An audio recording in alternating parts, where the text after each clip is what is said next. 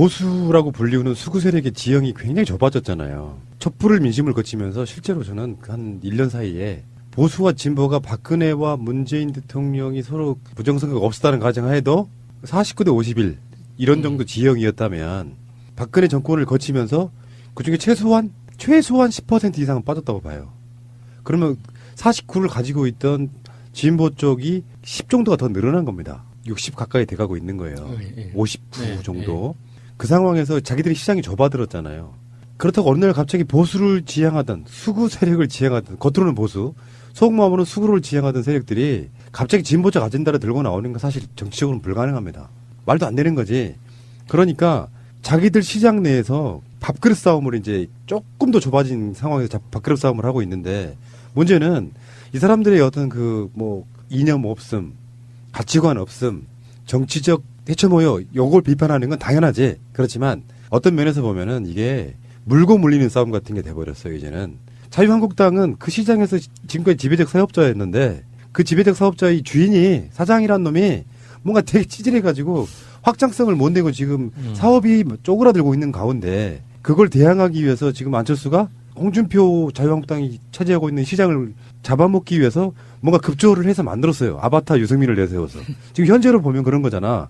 안철수가 창당을 해놓고 유승민과 박주선을 통해 가지고 자기는 물러났잖아요. 이 상태에서는 유승민과 박주선이 안철수의 아바타인 거지. 어떻게 해도 그 당의 가장 최대 지분은 아직까지도 안철수한테 있는 거니까요. 그래서 몇 석 되지도 않는 30석밖에 안 되는 바미당이 빵집 이름 같은 이 당이 추격해 오니까 홍준표도 여러 가지로 지금 말로 밀어내고 있지 않습니까? 근데 문제는 그 뒤로 따라오는 또 다른 사업자가 하나 있어. 민주평화당이에요. 그러니까 이 사람들이 이렇게 물고 물리는 가운데 긍정론과 부정론이 있어요. 긍정론은 뭐냐면은 자기들끼리 표 깎아먹는, 예를 들면 우리가 한참 우려했던 야권 분열, 요것을 즐길 수도 있다가 첫 번째지만 그들도 바보가 아닌 이상 공멸하는 건 막지 않을 거 아니에요. 그래서 지방선거 때부터 암묵적 연대를 할 것이다. 요걸 경계해서 암묵적 연대의 효과를 보면 결국에는 3당 합당처럼 총선 즈음에 가서는 보수 야당들이 다시 합당을 하는 형태로 총선의 결사항전의 자세로 나올 것이다. 요 이야기. 근데 너무 이렇게 인상 비평인지는 몰라도 이 SBS가 이 바른미래당 출범식을 보도하는 기사의 제목으로 제3의 길 바른미래당 출범 이종교배 정치 실험이라고 제목을 썼더라고요. 저는 이게 이 기자 최고원 기자가 그 기사를 작성했던데 이 최고원 기자 머릿속에서 나온 제목인 건지 데스크에서 달아준 건지는 모르겠지만 굉장히 부정적인 뉘앙스가 깔려 있는 거거든요. 이종교배를 하면 정상적인 무언가가 태어날 거라고 아무도 기대하지 않죠. 돌연변이가 나온 걸 기대하겠죠. 돌연변이가 나올 거라는 걸 예상하는 거잖아요. 그렇죠. 그래서 돌연변이가 가지고 있는 기능의 일부가 내가 나한테 득이 되느냐 안 되느냐를 보기 위해서 그런 실험을 하는 건데 이게 그러니까 이종교배라는 그 말 자체가 굉장히 좀 안 좋은 뉘앙스를 품고 있단 말이죠. 그래서 이게 우리가 이런 바른미래당에 대해서 이렇게 심각하게 이야기하면서 과연 어떤 걸 기대할 수 있나라는 굉장히 좀 허무한 생각이 들더라고요. 우리가 안철수의 그 중도 극중주의부터 시작해서 유승민이 그 무조건 북한은 빨갱이 때려잡아야 되는 적대하는 이런 그 낡은 빈곤한 철학을 담고 있는 이 이상한 정당이 우리 정치에서 어떤 역할을 할 거라고 기대하는 건 설마 아니겠죠? 그러니까 어쨌든 빈곤한 철학이라고 평가하는 것도 전 높게 본 거라고 본 거예요. 그들이 과연 철학이 있는 것인가? 그리고 이 나라를 수권할 수 있는 능력과 그만한 이념을 갖고 있는 것인지 전혀 없거든요. 일희일비하고 그저 어떻게 하면 지방선거에 몇 석이라도 좀 얻어볼까 이런 거거든요. 그러면 자기들이 철저하게 보수 개혁당으로서의 자유한국당이 극으로 가는 것을 파괴하고 그리고 건전한 보수를 통해서 새는 양날로 날아야 된다고 하듯이 그러면 대한민국의 발전에 기여할 수 있는 당으로 만들 거냐의 싹을 보면 제가 볼 땐 적어도 아무것도 없다는 거예요. 단지 욕심과 목리밖에 없는 당이다. 뭔가 미래가 없는 거다. 왜냐하면 국민들한테 꿈을 제시하지 못하잖아요. 미래를 제시하지 못하는 당한테 누가 표를 주냐고요. 절대 국민을 주지 않습니다. 내가 볼 때 꼰대의 걔들은. 내가 볼 때는 아재야. 그러면 젊은 20, 30, 40대들이 볼 때는 어쩌겠어요. 완전히 개아재지. 개아재. 개저씨. 개저씨. 내가 봐도 고루한데. 예. 아까 말한 근데 그 이종교배라는 표현이 이런 거 있잖아요. 내가 확실하게 진보든 보수든 지지하는 쪽 사람은 다른 경쟁자가 우리 편에 있기를 바라잖아요. 보수 입장에서는 자유한국당 같은 거대 정당은 바미당이나 이런 정당들이 끼어드는 것 자체를 싫어한단 말이죠. 예, 그렇죠. 지지자도 마찬가지예요. 이게 이종교배에서 이 사람들을 찍어 누르는 건 우리의 이의제의 전술로는 맞지 않다는 거죠. 아무리 안철수가 싫어도 자유한국당을 견제하는 도구로서 그들이 감정 싸움이 워낙에 지나쳐가지고 다시 합당할 수 없게끔 만들어줘야 돼. 그래서 우리가 바른미래당을 끝까지 공격하는 것보다는 그들이 안철수를 공격하게끔 만들어주는 것도 좋은 전략 중에 하나다 이렇게 보는 거예요. 저는 그렇게 생각합니다. 근데 이제 문제는 결국은 안철수가 이제 국민의당 당대표를 내려놓고 바른미래당 창당식에 가서 깃발 한번 흔들어주고 그냥 사퇴한 겁니다. 내 대신 박주선 추대 이렇게 된 거란 말이에요. 그러면 안철수는 지금 공식적으로는 서울시장 이야기가 솔솔 나오고 있죠. 뭐 제 생각은 약간 좀 다르긴 합니다만 겸사겸사해서 누가 그럽디다? 안철수가 서울시장에 출마하면 대격변이래. 뭔 대격변이야. 언론들이 참 웃기지 않아요? 대격변이 일어나면 좋겠다는 바람이 섞여 있는 거겠죠. 그냥 대변 아닐까? 네. 사실 서울시장은 어떻게 보면 너무 낙관적인 전망이라고 야단을 치시는 분들도 계실지 모르겠지만 민주당 당내 경선이 당락을 결정짓는 거나 마찬가지라고 봐야 돼요. 사실 그 여러 가지 그동안의 여론조사 지표를 보더라도 민주당에 투표하겠다는 사람들이 절반 이상은 되거든요. 그렇다고 봤을 때 사실 안철수가 이번에 서울시장으로 나온다는 것은 굉장히 큰 도전이에요. 자신의 인생 역정을 건 도전이 될 수도 있어요. 역전, 걔한테는 역전도 없어요. 아니, 인생 역정 전체의 길을 걸고 서울시장에서 떨어지면 정말 정치권에서 완전히 퇴출되는 그런 모양새가 보일 수 있기 때문에 아니, 정말 실망입니다. 아니, 저를 뭘로 보고 그러십니까?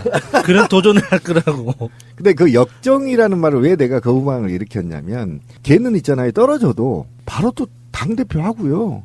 뭐 이건 반성의 기간이 없어요. 그렇기 때문에 그냥 나왔다가 떨어지면 또 다음에 당대표 할 거예요. 뭐 이게 뭐 철학이 없다니까. 그래서 제가 그렇게 말씀을 드린 거고요. 어쨌든 저는 나왔으면 좋겠다. 나와서 평가를 받는 건 정치인한테 숙명 같은 거여서 일단 나와라. 나와서 본인이 얼마만큼의 국민의 마음을 얻는지를 판단하고 정치 향방을 결정하면 됩니다. 안철수 그런 사람 아니에요. 그렇죠. 네, 절대 안 될 것 같은 판에는 절대 기웃거리지 않습니다. 그건 좀 논리적 모순이지. 그럼 안철수는 대선에 된다고 생각했을까요? 이게 만약에 안철수가 어떤 그런 도전 의식이나 정치인으로서의 어떤 자기 역사를 쌓아가는 그런 의식이 있는 사람이었으면 노원구에 출마하지 않았어요. 근데 빠당을 키우기 위해서는 누군가가 나와줘야 돼요. 서울시장 후보는. 그런데 그 중에 유승민이 나오기도 그렇고 어쨌든 안철수가 나올 가능성이 저는 있다고 봅니다. 왜 그러냐면 정당을 발족해놨으면요. 뭔가 선거에 나가야 그 또 밑에 지역구의 구청장들도 나가고 뭐라 그러죠? 조직이 구성되죠. 그렇죠. 그다음에 구의원, 시의원들도 나가기 때문에 반드시 나갈 거다. 저는 그렇게 봐요. 그래서 자기가 나가기 싫다고 해서 당에서 나가지 말라고 하겠느냐. 그러면 빠당에서 사실은 서울시장 후보가 누가 있겠냐. 경쟁력 있는 사람이 없거든요. 안철수밖에. 그러면 당에서 결정해서 나가라고 할 수도 있겠죠. 근데 지금 분위기 자체가 무르익지가 않고 자유한국당에서는 아예 주자가 안 보이잖아요. 네. 계속 거론되는 사람이 뭐 나경원, 김병준, 황교안 이렇게 비호감들만. 나경원 괜찮네요. 심지어는 지금 오세훈을 오세훈 괜찮네요. 다 괜찮아. 아니 오세훈은 지금 당장 왜냐면 무상급식으로 밥상 걷다 천 넘은 내가 봤을 때는 다시는 선거판에 나오면 안 되는데. 오세훈이는 나오면 5%도 못 받습니다. 장담합니다. 5%가 뭐예요, 이 양반. 0.5 오세훈이지.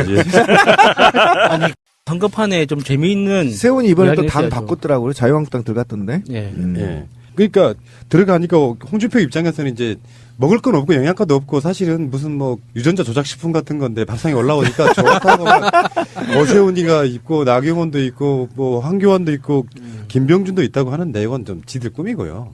실제로 안철수가 판을 흔들 수 있는 부분은 이제 박원순 시장과의 관계에 있어서. 그렇죠.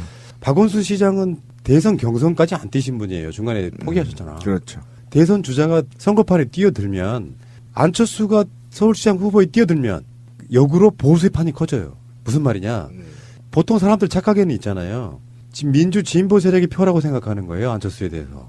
그러니까 질이 멸렬해 있어서 아 이번에는 서울시장 못해 라고 주저앉아 있던 샤이는 아니었지. 그냥 주저앉은 암묵적인 표들이 안철수가 이 판에 뛰어들므로써 우리가 잘하면 이길 수도 있겠네 하고 표들을 이렇게 세워주는 역할을 하는 거예요. 안철수가 당선됐고 자기 입장만 생각해서 당선되는 게 문제가 아니라 자기가 나가는 순간 판이 흔들려요. 지금까지의 판이 흔들려서 이게 어떤 딜령이 될 수도 있고 또는 그거 있잖아요. 선거 캐치프레이즈를 7년 전엔 내가 양보했다.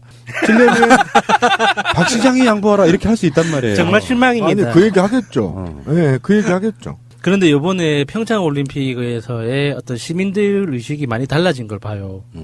이렇게 금메달이 아니어도 괜찮다는 그런 어떤 선수들의 과거 노력을 더 들여다보고 거기에 격려하는 모습들을 보면서 저는 시민들이 정치에도 그 똑같은 수준의 성숙이 있다고 봅니다. 촛불을 통해서.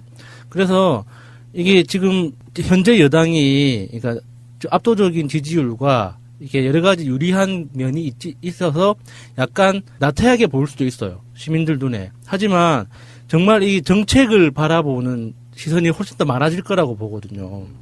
그래서 만약에 풍화님 말씀대로 안철수가 여기 이 판에 뛰어들므로써 전체 판이 흔들릴 수도 있지만 결국에는 민주당 내에 여러 좋은 인물들이 내놓고 있는 정말 좋은 정책들이 많아요. 그러니까 민병도 의원도 그렇고 박영선 의원도 그렇고 박원순 시장도 그렇고 정말 너무 좋은 정책들을 많이 내놓고 있기 때문에 그 정책만 가지고도 충분히 시민들을 설득을 할 수 있을 거라고 봐요. 그래서 저는 뭐 오세훈이 뛰어들든 안철수가 뛰어들든 안철수는 절대 안 뛰어들 거라고 봐요. 지 손해보는 짓은 절대 안 하기 때문에. 하지만 안철수가 뛰어든다고 하더라도 그렇게 큰 변화가 있을 거라고 생각하지는 않습니다. 전 아직까지 서울시장 갈 것처럼 해서 결국에는 송파을 제복을 나간다고 보는 사람이에요.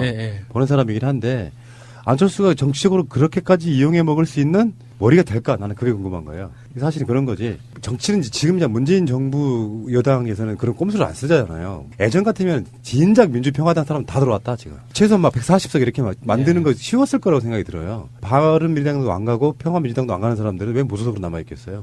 거치지 않고 바로 들어갈 생각이 있는 거지. 여당이 되고 싶은 거지 사실은. 몸을 깨끗하게 준비하려고. 그렇지. 더 이상 오염시키지 않겠다. 이런 거고요. 안철수가 갖고 있는 이제는 희화화 돼버린 캐릭터. 홍준표만큼이나 이상하잖아요. 이게 막 희망이 생기고 이런 게 아니라 고집불통 소년을 보는 것 같아요. 9살짜리. 안초딩이란 말이 그냥 나온 게 아니었고요. 딱 그것도 쟤 뭐야? 딱 이거죠 진짜. 그런 면에서 보면은 뭐 우리 쪽 진영에 박원순, 박영선, 민병두, 우상호, 뭐 전현희 또 누가 있나요? 정봉주 이렇게 다 나가겠다고 하시는 분들이 있어요. 뭐 여러분 또 더 계신데 죄송합니다. 지금 제가 까먹어서 다 기억 못해요. 김신비도 있고. 저 양반에 동사무소장 뭐 그런 거 안 하나? 자, 알겠고요. 어쨌든 출마는 자유입니다. 어쨌건 그러고 보니까 이제는 그 상황 관리를 잘해야 됩니다. 당이 민주당이 상황 관리 잘해서 다른 이물질이 끼어들지 않도록 하는 그게 더 중요하다고 생각해요.